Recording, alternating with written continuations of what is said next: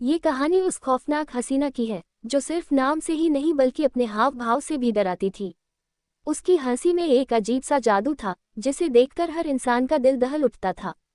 शहर में उसे कातिल हसीना के नाम से जाना जाता था।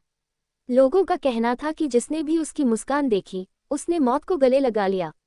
ये घटना उस वक्त की है जब शहर में कई अमीर और ताकतवर लोगों की रहस्यमयी तरीके से मौत हो रही थी। शहर के ऊंचे ऊंचे बंगले और आलीशान मकान अचानक से वीरान हो गए थे। हर कोई डर के साए में जी रहा था। कोई नहीं जानता था कि ये सब कर कौन रहा है और क्यों। लोगों ने उसे केवल दूर से ही देखा था, काले कपड़े पहने, रात के अंधेरे में निकलने वाली वह रहस्यमयी महिला। कुछ लोगों का कहना था कि वह इतनी खूबसूरत थी कि उसकी एक झलक देखने के बाद भी लोगों का दिल कांप उठता था। उसकी हंसी का जादू था कि जिसने भी उसे देख लिया उसके दिल में खौफ घर कर गया। शहर में बढ़ते हत्याओं के मामलों ने पुलिस के होश उड़ा दिए थे। पुलिस इस मामले को सुलझाने में नाकाम हो रही थी। ऐसे में इस केस की जिम्मेदारी इंस्पेक्टर अजय को सौंपी गई। अजय निडर और बेबाक पुलिस अधिकारी था जो अपनी सूझबूझ और समझदारी से बड़े बड़े केस सुलझा चुका था। अजय ने इस मामले को गंभीरता से लिया और शहर के हर कोने में अपनी नज़र रखना शुरू किया।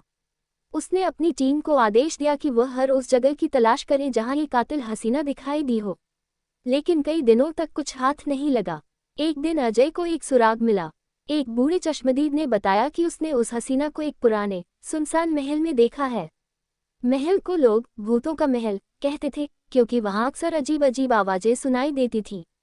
ये सुनकर अजय का दिल धड़क उठा।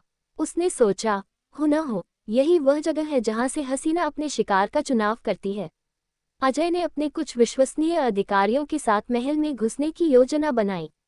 रात के अंधेरे में वह अपनी टीम के साथ महल के अंदर पहुंचा।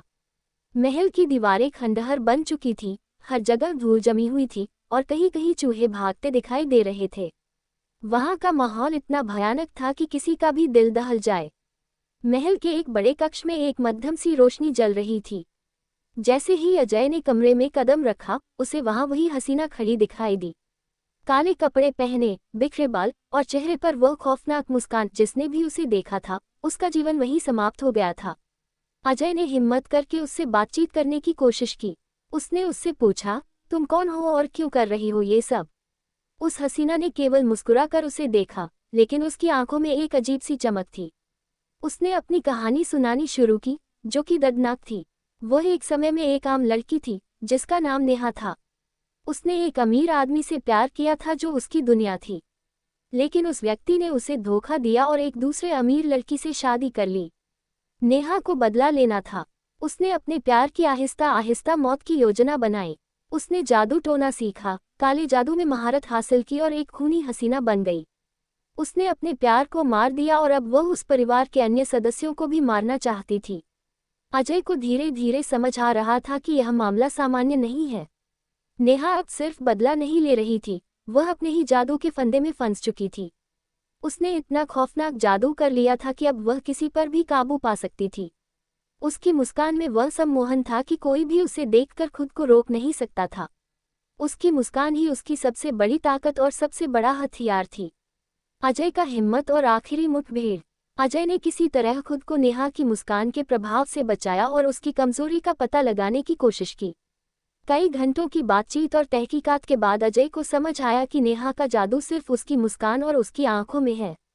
यदि वह उसकी आंखों को ढक सके तो उसे पकड़ सकता है।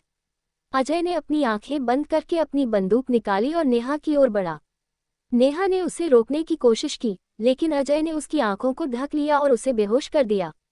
अजय ने नेहा को गिरफ्तार कर लिया। अदालत में उसकी पूरी कहानी सुनने के बाद जज ने उसे मानसिक रोगी घोषित कर दिया और उसे उम्रकैद की सजा सुनाई गई। उसे एक ऐसे मानसिक अस्पताल में भेज दिया गया जहां लोग कहते हैं कि उसकी मुस्कान का जादू अब भी मौजूद है। योजक चिन्ह, योजक चिन्ह, योजक चिन्ह। ये कहानी हमें ये सिखाती है कि प्रेम और विश्वास का टूटना इंसान को कितना बदल सकता है। नेहा का प्यार छलावा था और इसी के कारण उसने अपने आप को एक कातिल हसीना में बदल लिया।